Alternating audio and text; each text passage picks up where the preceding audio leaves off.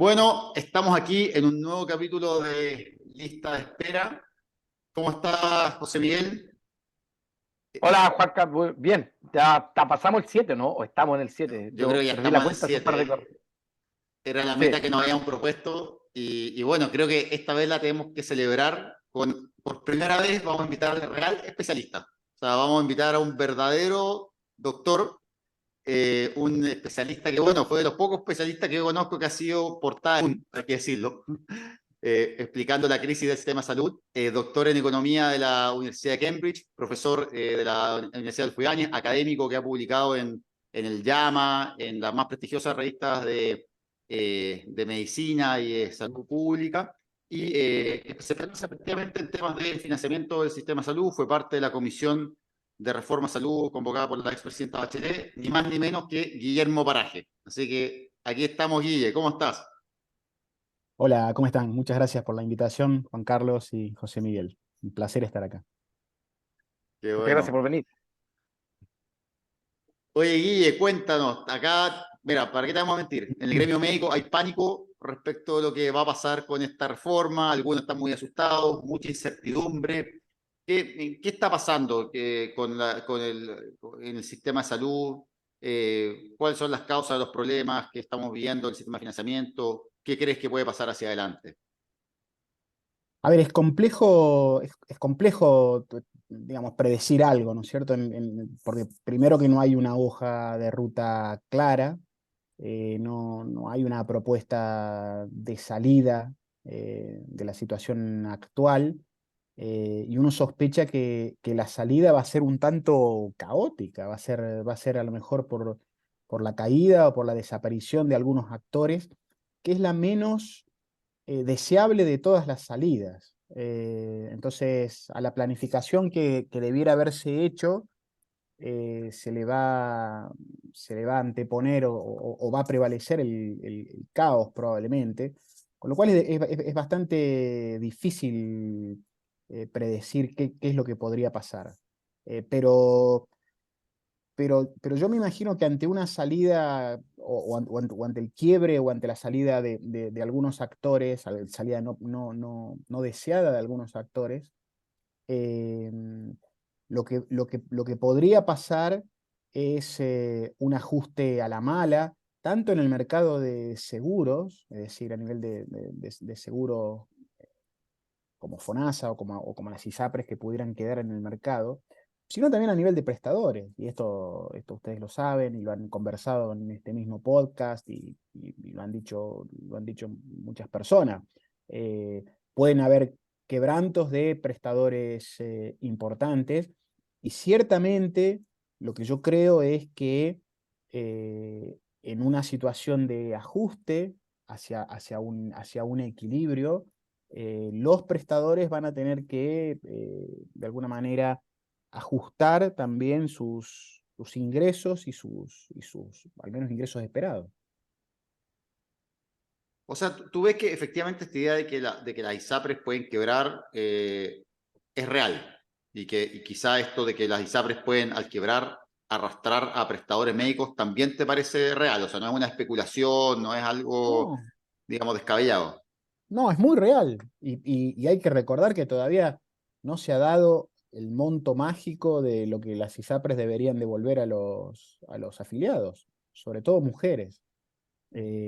Afiliados que han sido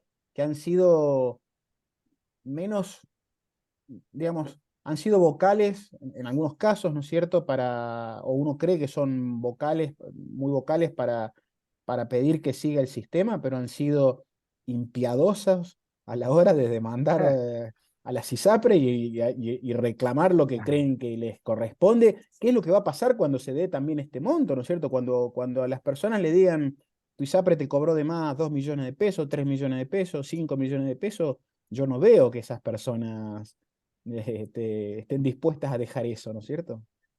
Sí, claro, ahí Ah, pero para, Guille, una... perdón, ahí Adelante, solamente va a adelante. aclarar porque efectivamente ahí el Guille tocó algo, un tema importante, porque finalmente cuando hablamos de esta crisis de la ISAPRES hay dos tipos de deuda, por decir de alguna forma, ¿no es cierto? Está esta deuda que trajo la Corte Suprema a la mala, ¿no es cierto? Que trajo a la fuerza, que estos casos particulares los lo generalizó, ¿no es cierto? Y dijo, las ISAPRES durante todo este año le deben tanta plata a las personas, ¿no es cierto? A estas personas impiadosas que han demandado al sistema durante todo este tiempo.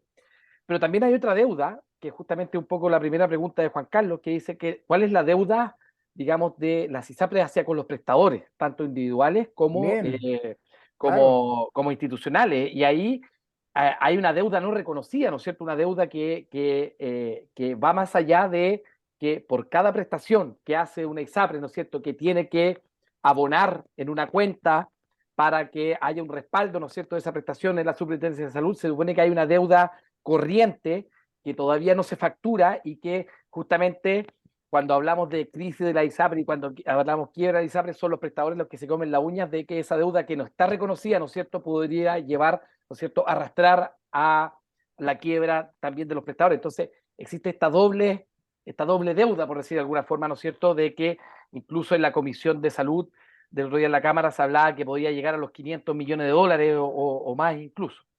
Totalmente. Eso para mí es el gran peligro de la crisis que se viene. Yo honestamente, podemos conversar después acerca del valor que agregan o no las ISAPRES en el mercado de salud o en el sistema de salud.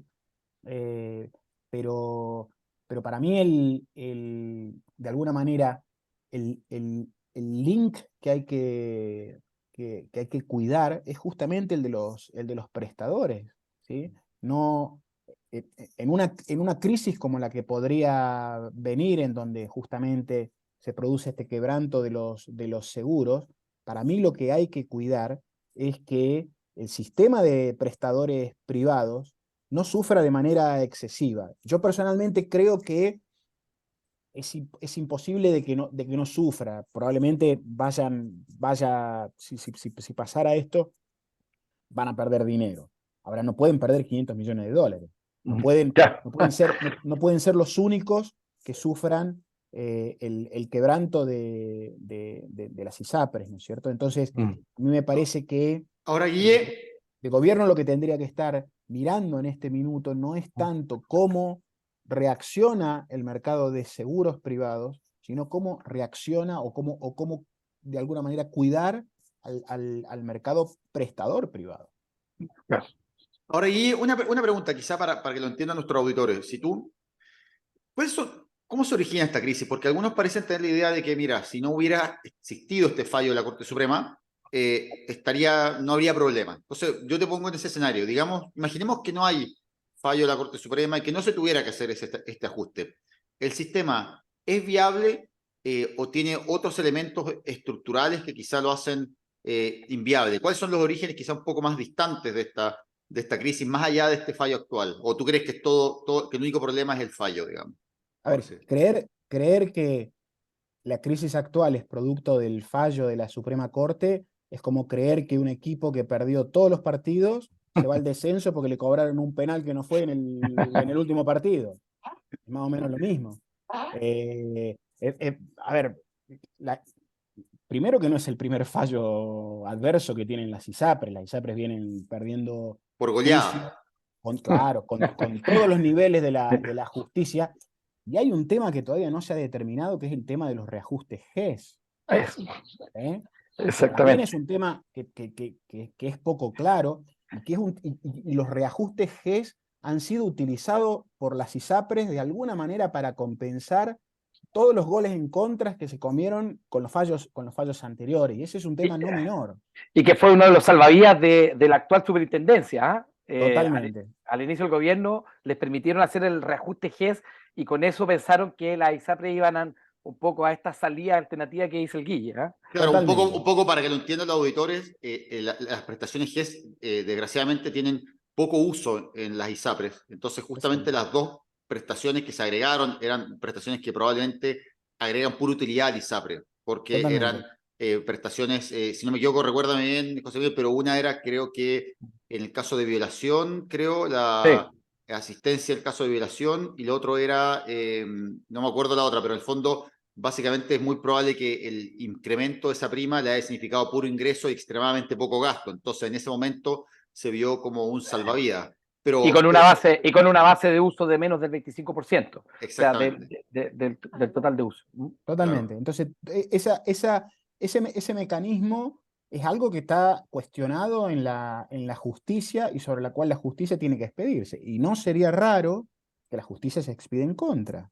Y en ese caso, bueno, ahí ya sería que el VAR en el último partido, que además te cobra un penal. Sí. Pero a ver, el origen para mí de la crisis o la génesis de la crisis está en el sistema mismo, en cómo el sistema fue diseñado. Un sistema que no controla costos, no tiene incentivos para controlar costos, ¿sí? Que no tiene incentivos para mantener a la salud, perdón, a la población sana, no tiene una lógica sanitaria detrás.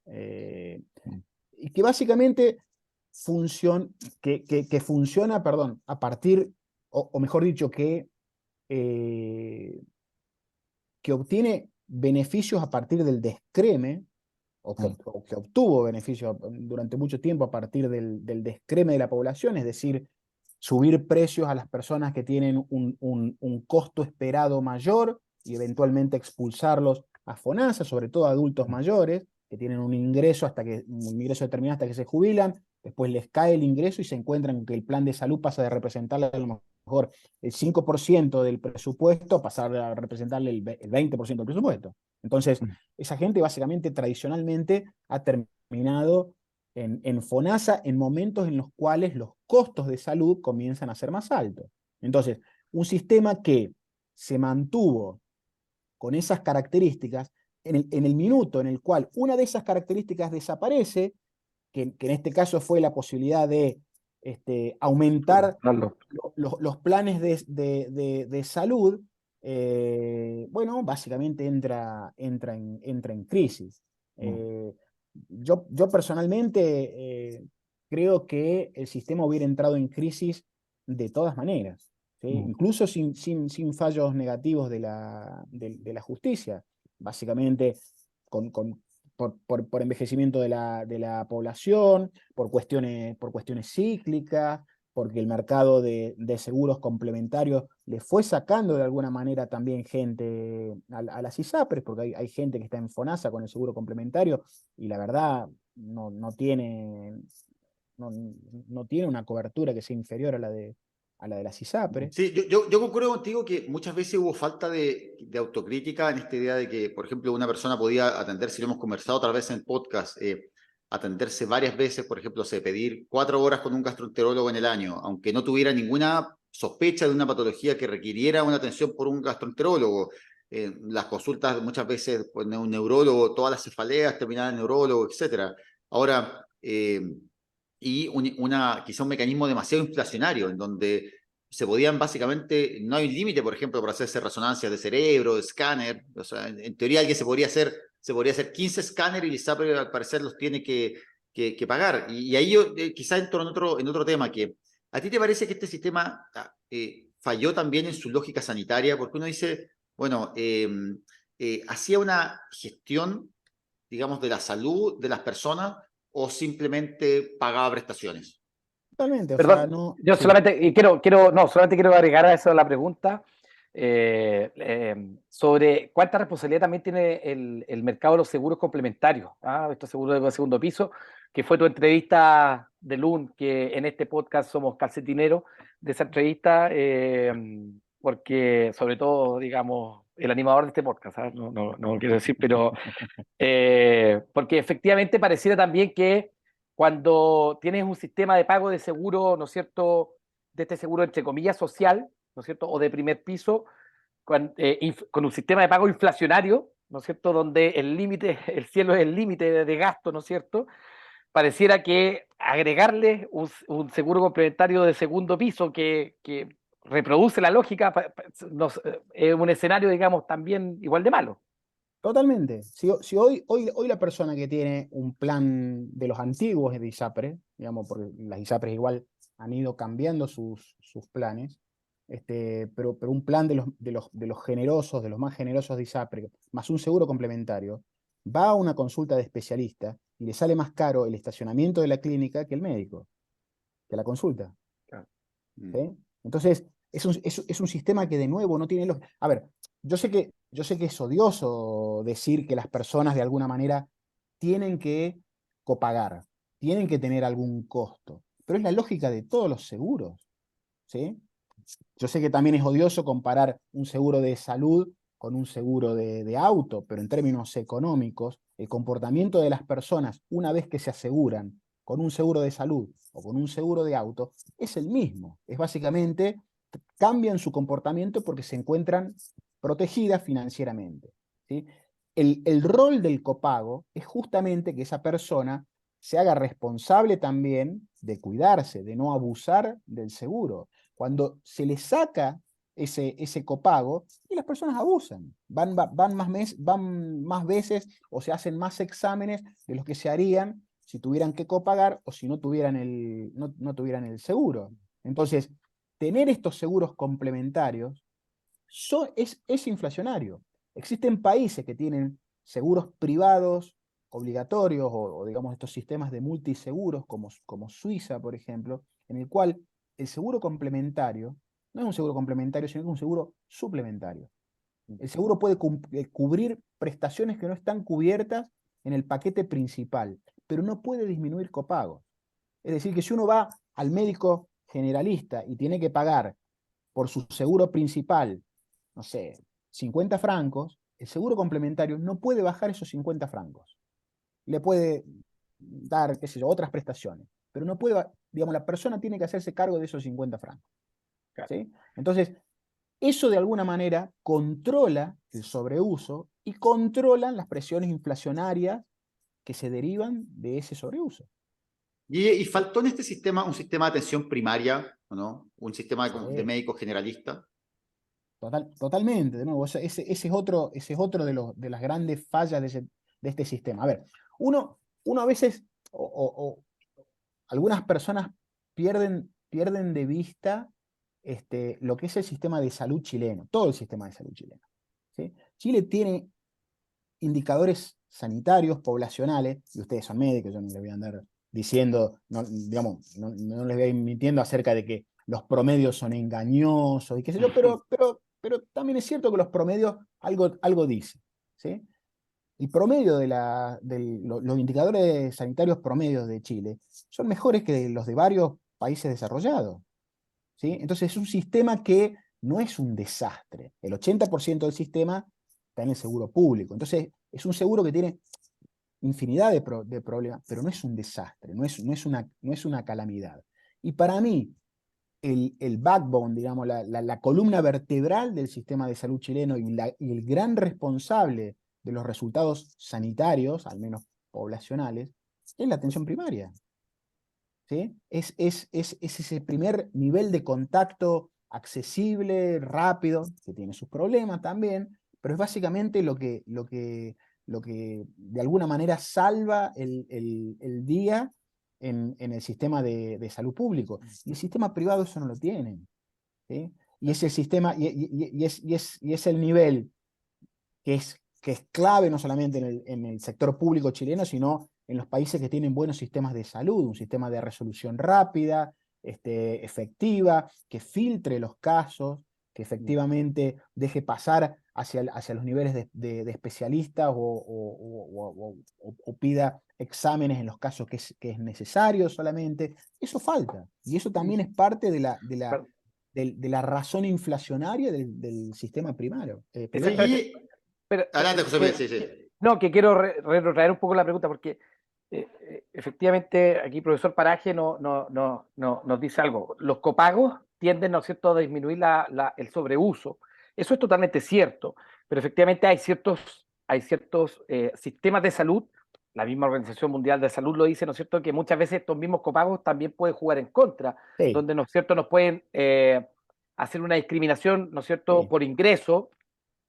Muchas veces nosotros en nuestro país lo hemos visto, ¿no es cierto?, que las sí. personas que menos ingresos tienen van a tener dificultad en el acceso y eso también es indeseable.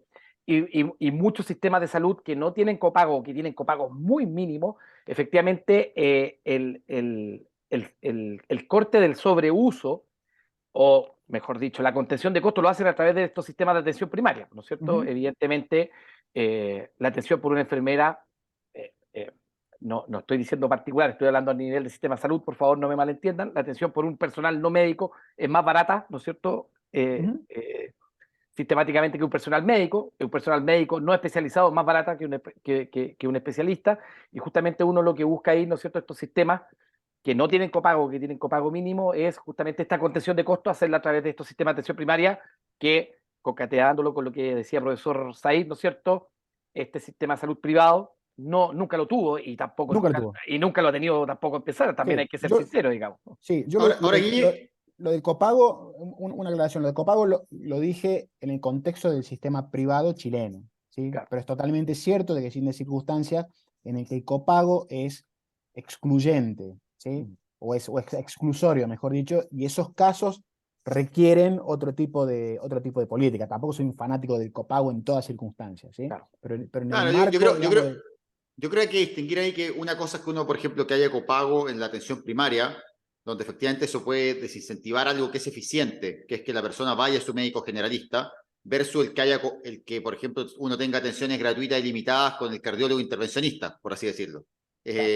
Creo que hay distintos niveles donde el copago puede tener un rol distinto. En algunos puede tener un rol más bien, digamos, negativo el que no haya copago. En otros uno puede decir, bueno, la atención primaria nos gusta que sea lo más abierta posible y que las personas puedan ir. Ahora, Guille, una cosa quizá para aclararlo, porque acá muchas veces a los auditores les cuesta entender esto, o quizás es difícil de explicarlo, pero por un lado tú dices, mira, el sistema de salud es eficiente.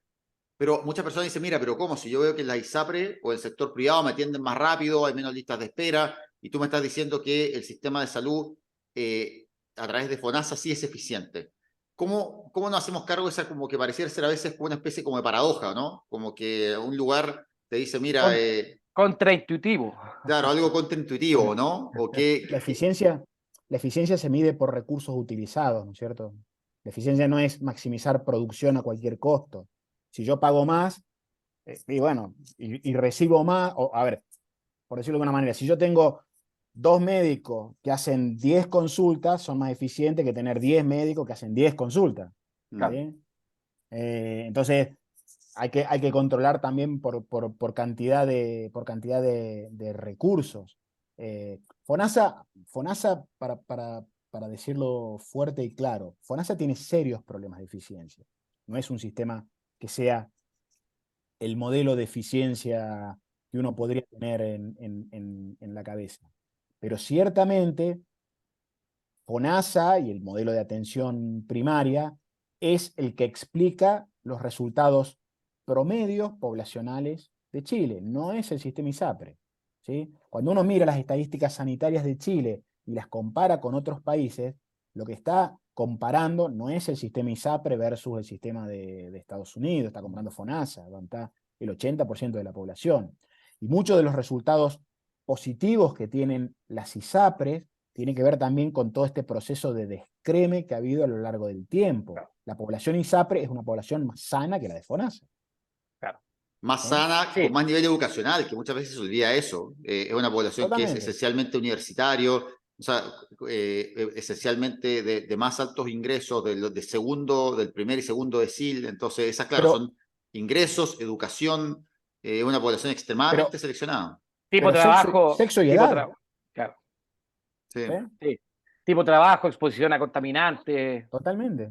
alimentación, o sea, hay un montón de factores que son más allá, digamos, de la atención pura y propia.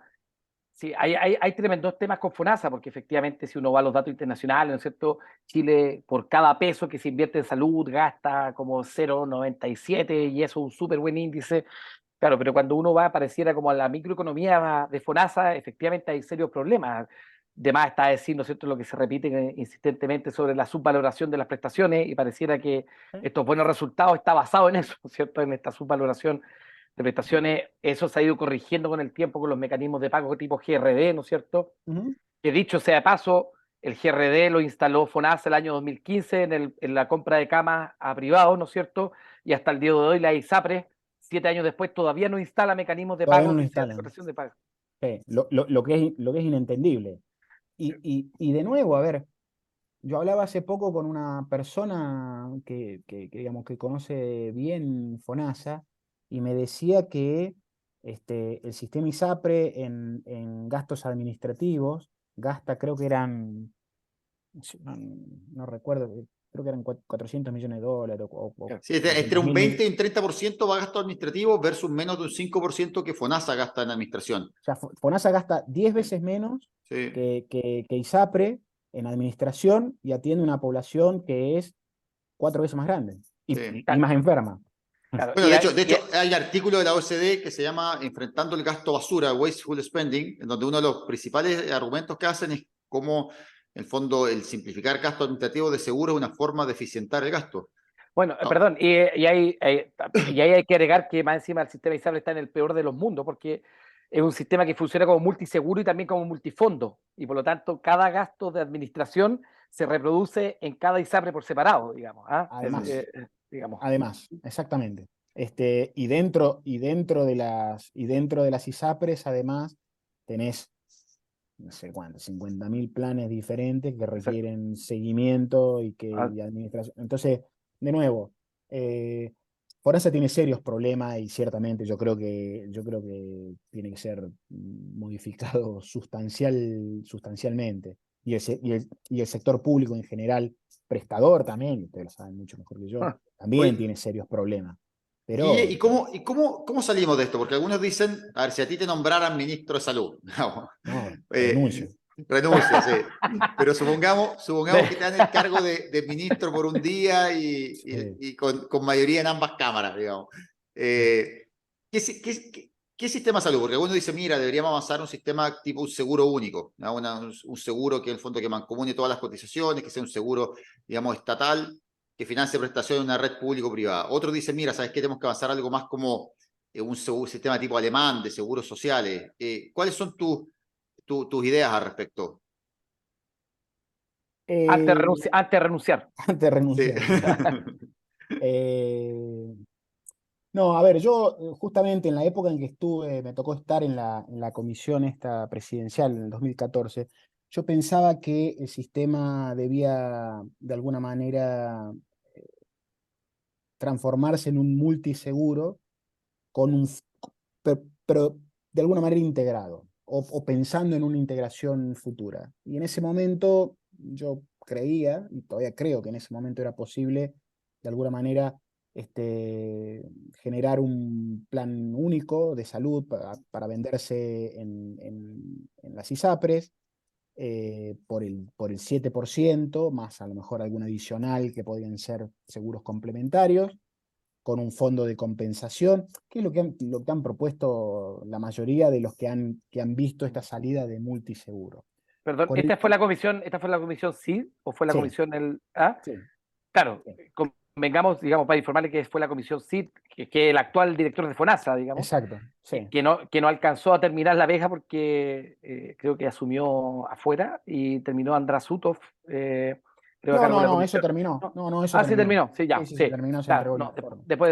claro, Sí, esta es la comisión CID, que es el actual director de FONASA, digamos, sí. y en ese instante, yo solamente para poner en contexto, las ISAPRES estuvieron en contra de esa propuesta, digamos, porque se creaba, digamos, un fondo de compensación inter-ISAPRES y que en el fondo y se creaba un fondo de financiamiento para la SIL, para la licencia, Había y un fondo mancomunado Ahora, también. yo claro, tengo que había un entendido, fondo Guille, mancomunado, corrígeme, que era la que era el propuesta era un fondo protofondo. común para todos, ¿no? Y No, No, no, ¿no? no, la propuesta inicial, a ver, había una transición y durante esa transición o en un corto plazo fue bien peleada esa comisión, fue entretenida. Estaban las clínicas, la asociación de clínicas, había 3 ISAPRES representadas, entonces fue bien, fue bien variada la- digamos, las opiniones.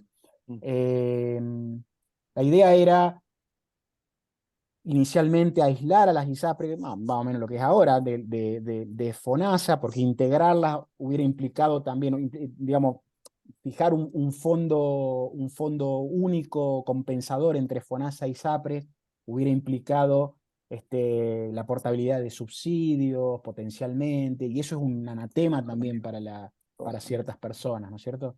Hubiera implicado probablemente que parte de FONASA D se hubiera ido a ISAPRES, con lo cual hubiera Claro. aumentado la presión sobre las arcas fiscales, porque el grupo D es básicamente el que financia una buena parte de FONASA.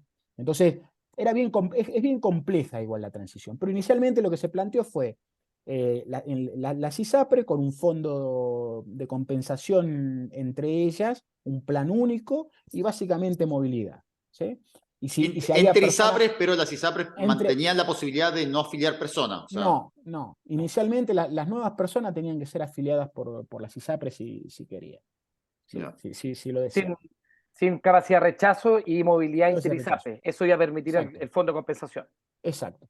Eh, Ahora, con el tiempo, de nuevo, y viendo cómo han ido evolucionando el pensamiento de los distintos actores y los fallos judiciales, y de nuevo la, la conformidad de las ISAPRES por el status quo, lo que mencionaba recién José Miguel, esto de que FONASA haya implementado GRD y las ISAPRES no hayan hecho nada por implementar este tipo de mecanismos de pago que le hubieran ido aliviando la presión financiera. O sea, las ISAPRES se aferraron de alguna manera, me parece a mí, a un comportamiento rentista. Decir, bueno, mira, nosotros tenemos esta bolsita de afiliado y esto es nuestro y nadie nos va a sacar esto. Y digamos, a exprimir de alguna manera todo lo que podamos. Eso no, bueno, eso me fue llevando primero de alguna manera, a la convicción de que el sistema así no iba a sobrevivir. Eh, y después, dado que no iba a sobrevivir, eh, probablemente que lo mejor, si es que vamos a empezar de nuevo, es un sistema un seguro único, ¿sí? En el cual, por cuestiones incluso de eficiencia desde el nivel del aseguramiento, tener un pool de riesgo es lo óptimo. Pero, ¿cómo funcionaría este seguro único? ¿Cómo estudia? ¿Qué pasa con las clínicas en este seguro único? ¿Qué pasa con los médicos que trabajan en clínicas en el seguro único?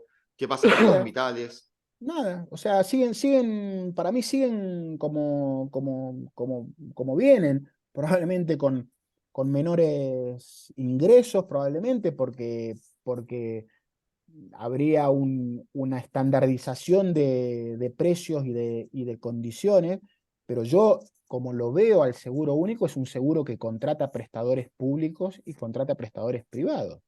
Obviamente con distintos precios entre ambos, porque no dan el mismo nivel de servicio, sobre todo en lo que es hotelería o en infraestructura o en equipamiento, a lo mejor, ustedes esto lo conocen mejor que yo, pero es básicamente eso. A mí no se me ha cruzado nunca en la cabeza que desaparezca el sector prestador privado, para nada. O sea, no, es más, es bueno que exista competencia entre prestadores. Sí, es más, o sea, nosotros lo hemos señalado acá en el podcast, de hecho no se puede desaparecer, tenemos un nivel de camas por habitante muy inferior a la OECD, contando las camas privadas, digamos, hacer desaparecer las camas Totalmente. privadas. Claro, un poco lo que señalaba Juan Carlos es que la teoría, digamos, y esta es una teoría mía, sin mucho sustento numérico, pero da la impresión que va para allá, es que evidentemente va a haber una amputación, ¿no es cierto?, de trabajo médico, me refiero de ingreso médico hacia arriba, ¿no es cierto? Probablemente lo que va a hacer el seguro único es estandarizar, ¿no es cierto?, el valor de las prestaciones, evitando, ¿no es cierto?, cobros, entre comillas, excesivos que se generan hoy en día sin mucha explicación sanitaria, con una explicación no sanitaria de tipo de servicio, hotelería, etcétera.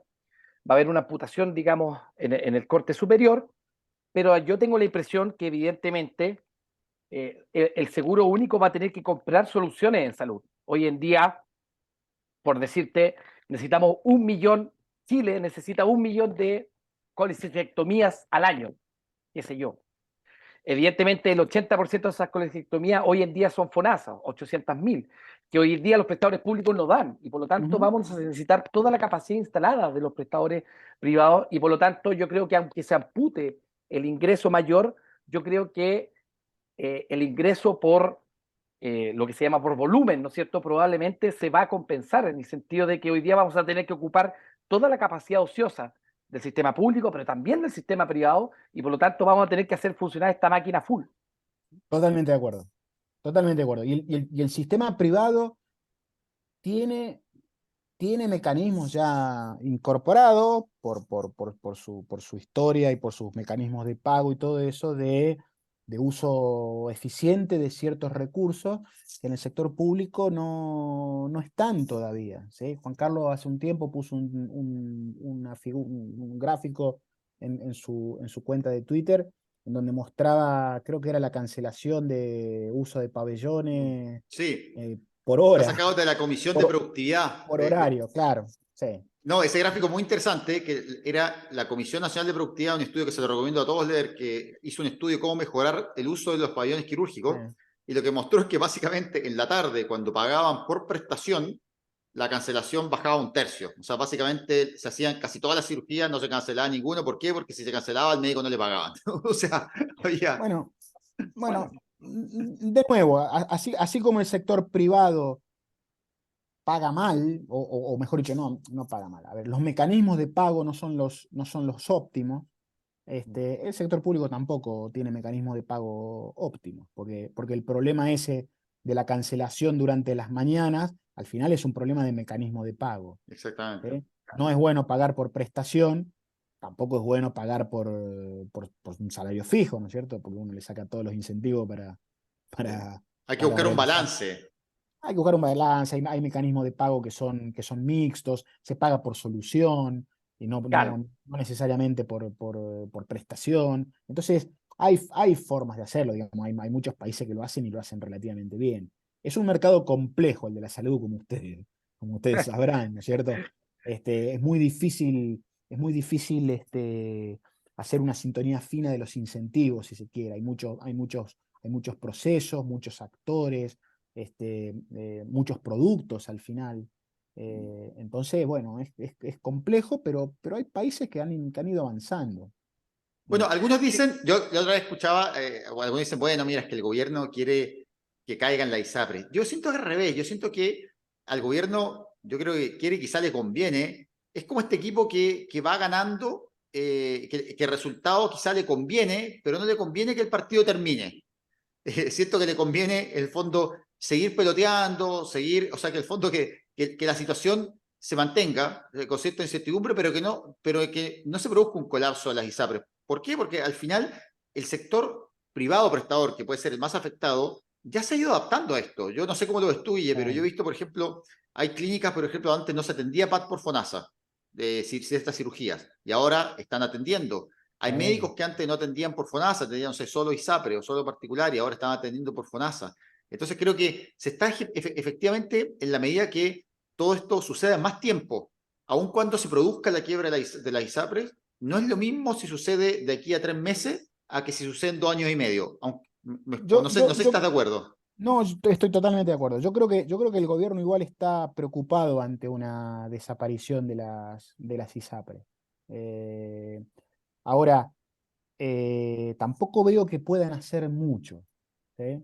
Si no es un salvataje directo, que es impensado, no veo cuáles son las herramientas para salvar. A ver, acá hay un fallo de la justicia, y el fallo de la justicia hay que cumplirlo. Hay un fallo, hay un monto que no se ha dado a conocer, pero ya más o menos se ha filtrado, y eso hay que implementarlo, no hay vuelta. Entonces, da lo mismo si el gobierno Claro. quiere salvar o no quiere salvar a la población. Pero de nuevo, yendo a la segunda parte de tu pregunta, para mí es crucial en ese proceso cautelar que el sector prestador privado tenga tiempo de ajustarse. Entonces, si yo fuera ministro, volviendo a la pregunta inicial, a lo mejor estaría menos preocupado en darle plazo a las ISAPRES, 24, 48, 36 meses, para que devuelvan lo que cobraron indebidamente, que utilizar a lo mejor esos recursos para darle créditos blandos a los prestadores privados que tengan deudas importantes, para que de alguna manera no sientan el latigazo tan fuerte. Claro. ¿Se entiende? Claro. Entonces, Sí, no sé si se puede tampoco eso, por eso no soy O ministro. sea, Pero digo, lo que sí se puede, que el gobierno ahí sí tiene una manija importante, es que FONASA pague más tempranamente. O sea, sabemos que FONASA también tiene deudas con las clínicas. O sea, FONASA, por ejemplo, debe sí, importantes sumas en ley de urgencia. Entonces creo que ahí también el gobierno tiene una llave que efectivamente si la usara con más astucia, le podría dar bastante oxígeno al sistema. Bueno, yo hoy día tuve una reunión participé en un foro que estaba ahí nuestro director actual de FONASA y efectivamente esa deuda de ley de urgencia, que ojo, es una deuda que es bien grandota y ahí hay harto papel que cortar dentro, porque es una deuda de ley de urgencia que se generó en la pandemia y hay un pelambre ahí que dice que esos fondos se trasladaron a los servicios de salud, los servicios de salud tendrían que pagarla y al final esos fondos se ocuparon en otras cosas, por la urgencia de la pandemia, digamos, no estoy diciendo que se lo robó, pero que efectivamente hoy en día FONASA recién está recalculando en el fondo cuál es la deuda y que efectivamente hay un gran monto donde los prestadores privados podrían, digamos, este colchón, ¿no es cierto?, que no se estaría dando por la ISAPRE. Yo creo que evidentemente, pero lo que señala Guille es tremendamente importante, como uno podría como salir de Vox, ¿no es cierto?, sacar la cabeza de la caja y decir, bueno, o sea, ¿para qué le vamos a seguir pasando plata y salvatando la ISAPRE? Es que nadie las quiere, salvemos a los prestadores privados de alguna forma, digamos, ¿ah? Y que pareciera ser que yo creo que existe transversalidad en la solución de que, en el fondo, independiente de lo que pase con la ISAPRE, aquí lo que nos tiene que importar como sistema de salud sanitario es salvar a los prestadores. Yo creo eso, bueno, como mencioné recién, yo de nuevo, no sé si el crédito blando es una herramienta posible, pero tiene que haber o debe haber algún tipo de herramienta crediticia, financiera, o acelerar pagos que se deben de FONASA o lo que sea, para que de alguna manera el sector privado, prestador, no sienta el ajuste, ¿sí? O no sienta todo el ajuste. Yo creo que Es, algo va a sentir. claro, lo que podemos sacar de conclusión es que, digamos, que el ajuste se viene sí o sí, digamos. Yo creo que sí. Sí, yo creo que sí. O sea, Eh, quizás no es tan fácil predecir el momento, pero de que va a pasar, va a pasar. sí, a mí me parece que sí. De nuevo, no le veo viabilidad. Supongamos que así, por un milagro, caen en las arcas de las 6 ISAPRES 1.400 millones de dólares. Está bien, pagan lo que tienen que devolver y qué sé yo. Y al día siguiente, ¿qué pasa? ¿Cómo sigue? ¿Como venía antes? ¿Sí? Con las ISAPRES, con estos mecanismos de pago inflacionarios a los prestadores, con los usuarios demandando por GES, por lo que sea, porque ya, digamos, se las demanda por cualquier cosa, con ISAPRES que siguen descremando, con ISAPRES que siguen, digamos, ese es el sistema realmente que uno No, quiere, es y sostenible eso, hay cosas que acá que quizás no la hemos tocado, que yo creo que son temas igualmente importantes, que uno es el tema de si es sostenible un sistema que está basado en la litigación entre, digamos, sus afiliados, porque uno dice, ¿qué legitimidad social tiene un sistema en donde todos los años miles de personas litigan contra su propio sistema de salud? Es simplemente, 40% de la cartera. claro, que ese es un tema como de legitimidad social del sistema, que lo hace un poco inviable. Y el otro tema que no hemos tocado ahí, que es el tema también el rol de la integración vertical. Porque también acá sincerémoslo, o sea, parte del motivo por el cual muchas veces no hubo incentivo a decir, mira, contengamos los costos, bajemos los precios, era porque el dinero quedaba dentro del mismo holding. Es decir, la ISAPRE le transfería los pagos a la clínica y eso era utilidad al final para el mismo holding. La integración vertical está prohibida por ley, pero en el fondo se hace igual. Entonces ahí hubo poco, yo creo, pocos incentivos también por esa integración vertical. No sé si estás de acuerdo, que eso también es uno. Y el otro problema, una cosa más, lo último, que tampoco lo mencionamos, es que supongamos que todo esto se resolviera. Es decir, que lo que tú dices, que le llegaran los 1.400 millones, que establecieran el sistema GRD. Si no se hace una reforma, hay un tema que sigue pendiente, que es la licencia médica. Ojo ahí, que la licencia médica hoy se están llevando ¿cuánto? ¿Cinco puntos de los 7 o 4? O sea, y siguen en Sí, aumento. sí. No, a ver, el sistema hace aguas por todos lados. Las licencias médicas, los mecanismos de pago, sanitariamente no tiene sentido, porque de nuevo te curan mientras sos sano y después te tenés que ir a FONASA. Entonces no tiene sentido. Lo de la integración vertical. Yo era uno de los que pensaba que ahí había algo perverso. Ahora, hubo un estudio bastante serio de la Fiscalía Nacional Económica que se metió en este tema y no encontró evidencias de que hubiera ahí justamente un mecanismo perverso de generación de beneficios dentro del mismo holding. No se ve bien, es cierto, no parece ser elegante. Tampoco hay evidencia de que la integración vertical sea beneficiosa, en el sentido de que sea el seguro el que le pelea, el que controla a sus prestadores para que el prestador sea lo más eficiente posible y no le cueste tanto al seguro. No hay evidencia de eso tampoco. En realidad, me parece que se desconoce un poquito lo que hay ahí. Ciertamente es un sistema que no parece tener futuro independientemente de los fallos judiciales. Y un sistema que viene en crisis desde hace tiempo. Un sistema que no ha crecido en el tiempo, porque en su mejor época en los últimos 15 años tuvo el 20% y ahora tiene el 15%. No parece tener futuro. Sigue siendo o ha sido un sistema de nicho que de nuevo se ha conformado de alguna manera en su bolsita de afiliados y que no ha buscado otra cosa. Entonces no veo que vaya a tener futuro. ¿Y cree, Guille, que está entrando como también en espiral, en el fondo, que esta espiral se está agravando, acelerando, producto de la fuga de pacientes a FONASA, o no? Y sí, o sea, eso a las ISAPRE ciertamente les pega fuerte.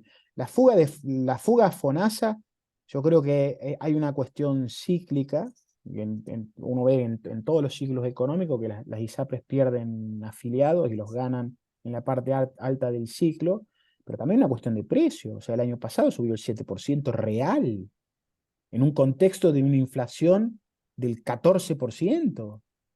¿Sí? Este año subió el 2%, también con una inflación del 11%, es decir, son subas de precios nominales, no a todas las personas. Espera, ese aumento sobre inflación estás diciendo. Claro, el año pasado fue 7% real, ¿sí? Y este año el 2,7, 2,1, no me acuerdo cuánto, también en Claro, términos y reales. FONASA no sube, FONASA sigue cobrando el mismo 7%. Ahora se cubre el 7%, y no a todas las personas los ingresos les suben en términos reales, no a todas Claro. las personas.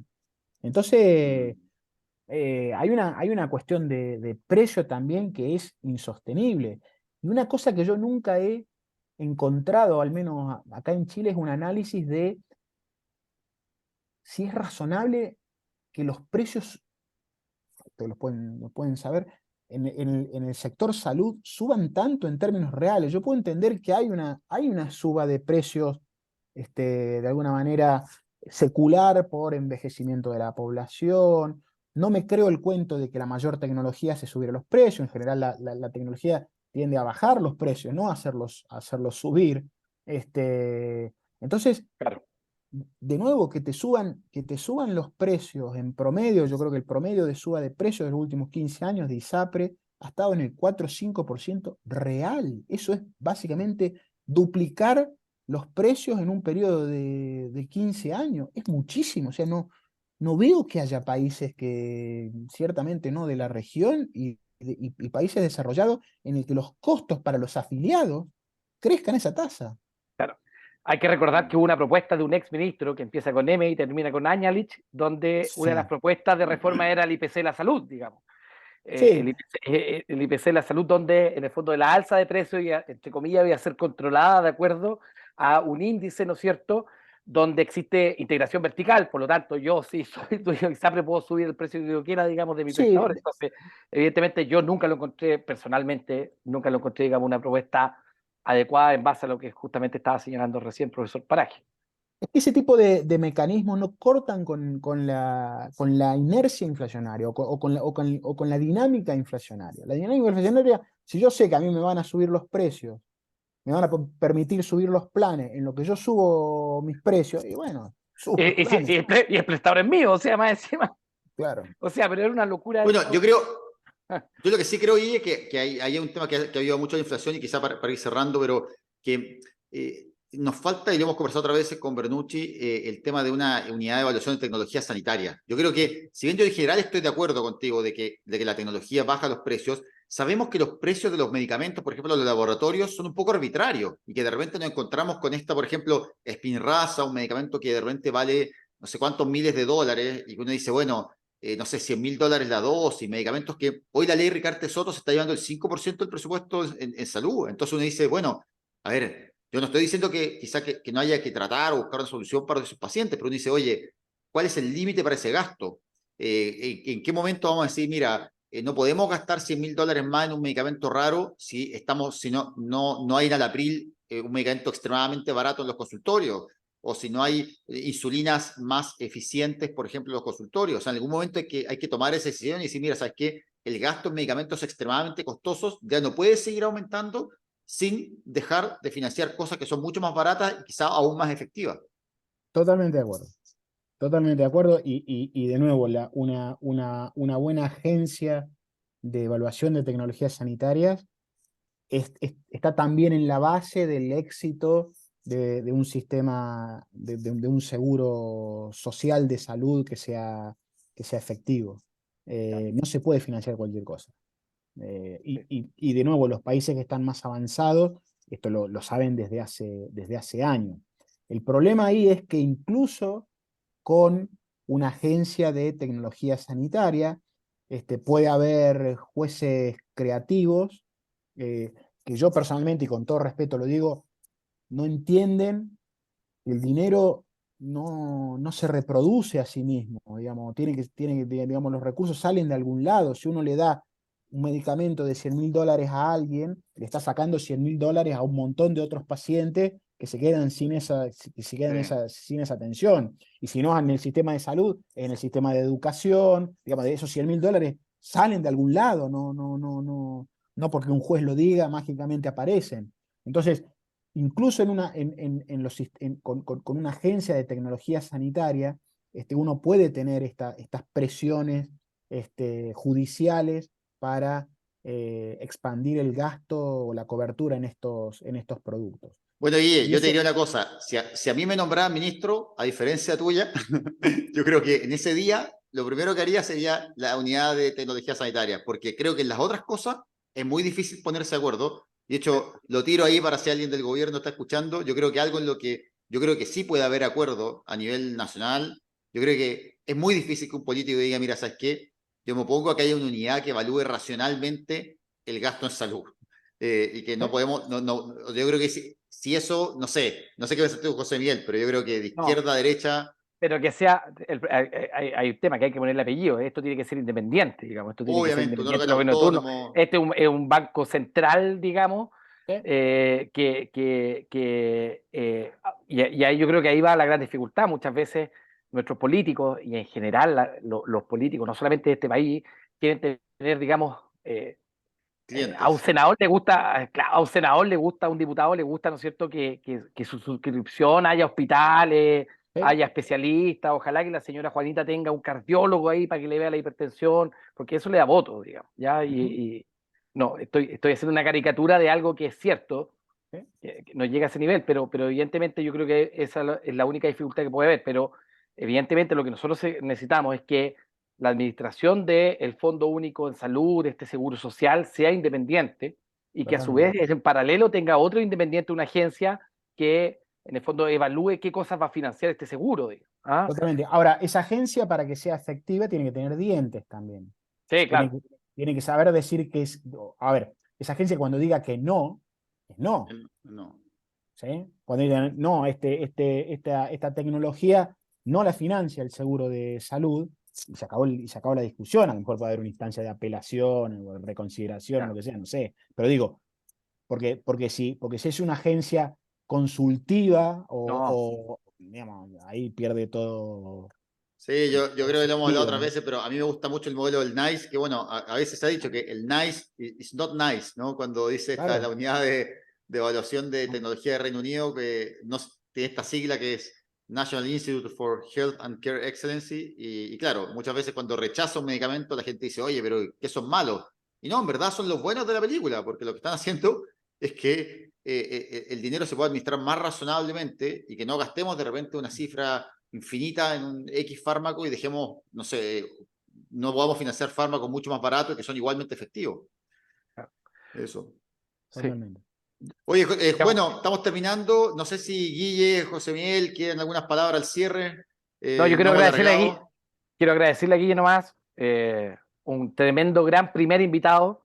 Esperemos que vengan muchas veces y ojalá en un tiempo más nos volvamos a juntar y digamos, ¿te acordáis cuando dijiste esta cuestión? ¿Te acordás cuando rechazaste el Ministerio de Salud y ahora eres ministro? Y ahora eres ministro.